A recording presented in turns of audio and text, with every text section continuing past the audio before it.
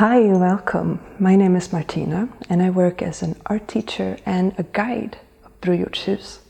And today I will give you a short introduction to the museum and the house, and I will do it in English for our English-speaking friends. I will not speak that much about art, but rather about the house and the museum in itself. And at the moment, I'm standing in the middle of the studio. This is, as a visitor, the first room that you will enter once you get into the museum. You have your entrance to the door behind me. And the first thing you notice in this room, except that it's full of sculptures and paintings, is the rather large windows on the side. These windows are north-facing, which is ideal for any artist as it provides even daylight throughout the day, which for obvious reason is quite good if you're working with a painting or a sculpture. And in this room you'll find many sculptures and many paintings and a lot of pre-studies for commission work, for example. During the 40s, but mainly 50s and 60s, in Sweden, municipalities worked with something we call the 1% rule.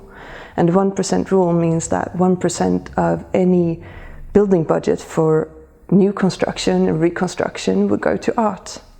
This resulted in artists competing for different projects, sending in models and sketches to win these assignments. And in this room, one of the most famous Bror Hjorth commission work would be Näckens Polska. You find a pre-study here behind me. Näckens Polska today you can find outside the Uppsala old station house at the central station. This is a bronze sculpture commissioned by the municipality of Uppsala. And it took Bror Hjorth about 16 years to complete this sculpture, and it was finally installed in 1967 in place.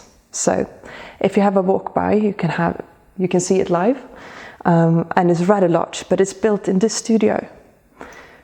And another commission work that is quite famous for Bror Hjorth is the triptych that you see behind me.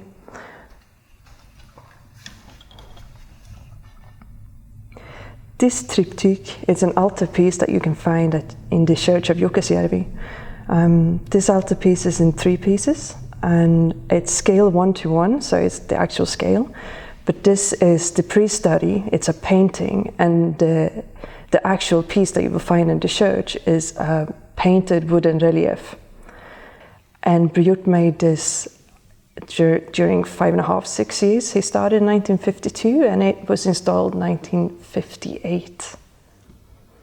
And if you follow me along, I will bring you further back into the house.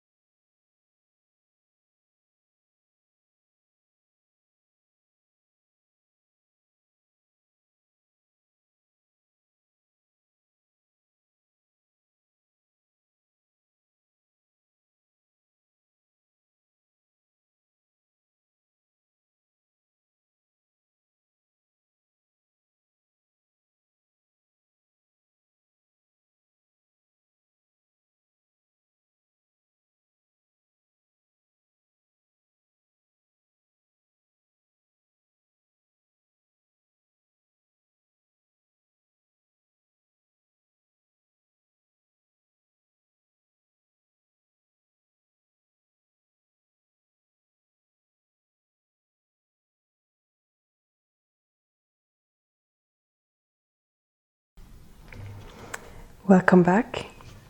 Now we're standing in the living room of Bror Hjorths Hus, as far back as you can get. In this room you find a lot of art and also a lot of books. Bror Hjorth was a great reader, a bit of an introvert, and he has an extensive library of books, poetry and philosophy and everything in between. One of the most common questions we get from visitors here is whether it looked like this or not when Bror Hjorth was living here. And it's not a clear-cut answer as yes or no to that question, it's rather both. It did look like this. He did surround himself with his own art, and And in the same way, it did not really look like this. Some things have been modified to support a museum open to the public. For Bror Hjorth, it was actually important that the museum would be about his art and not about the life he lived here. And when you walk around, you realize that it's not that many personal belongings or clothing or personal artifacts of some sort. But you will still have the presence of the life that had been held here by Bror Hjorth and his family. You get very close to the art, and even though you can't smell the paint or you can't see the plaster dust, I think you very well can picture a life that's been going on. This house was built in the 40s by Bror Hjorth himself and his wife Tove Friis, also an artist, together with architect Sten Hummel-Gemelius.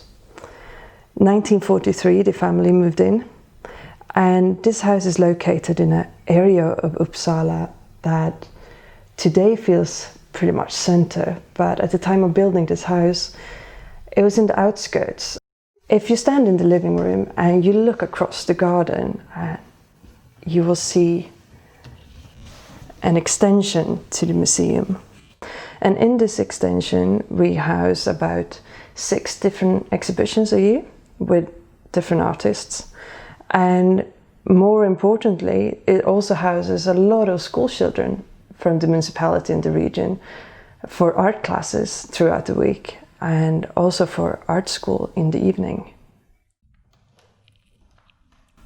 That was all for me. I hope you enjoyed this rather short introduction tour to the house. Bye.